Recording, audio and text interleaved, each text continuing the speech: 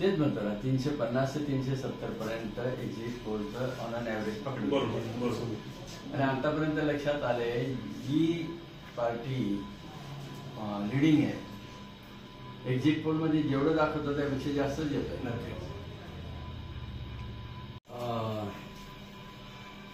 काय म्हणतात exit poll ते जे होते त्याच्यापेक्षा जास्त नाही राहणार. आम्ही 370 पर्यंत दिलेलं आहे मोस्ट.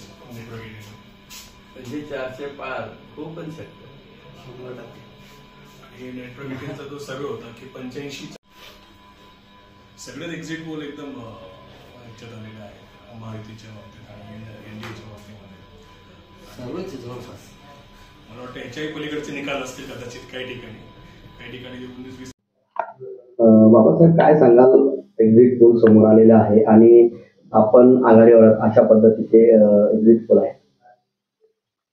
आपण सगळ्यांनी बघितलं भारतातल्या सगळ्या चॅनेल्सने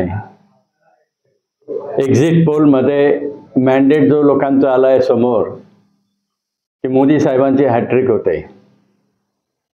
मोदी साहेबांचं जे ब्रीदवाक्य होतं सबका साथ सबका विकास सबका विश्वास, आणि गेल्या 10 वर्षापासून जी सर्वांगीण प्रगती या देशाची झाली आणि भारत एक आर्थिक महासत्ता म्हणून उदयास येते आणि त्याच्यामुळे जनतेने मोदी साहेबांना आशीर्वाद दिला. आणि म्हणून सगळ्या चॅनल्सवाल्यांनी मोदी सरकार फिर से एक बार या पद्धतीने मोठ्या प्रमाणात मॅन्डेट मिळालं आहे. त्याच्यामुळे धुळे लोकसभा मतदारसंघातील लोकांनी ठरवलं की मोदी साहेबांना पुन्हा प्रधानमंत्री करायचे आणि तो एक्झिट पोल आपल्यासमोर आलेला आहे. आपल्या सगळ्यांचा मी आभारी आहे. राज्यामध्ये महायुतीला 25 जागा दाखवत आहे आणि महाविकास आघाडीला 24 जागा दाखवत आहे.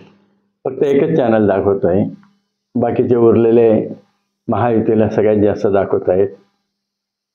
एका चॅनेलमध्ये महायुतीला 32 दिलेले आहेत. त्याच्यामुळे एका चॅनलने सांगितलं ते ग्राह्य धरण्यात मला वाटतं की फारसं काही योग्य राहणार नाही.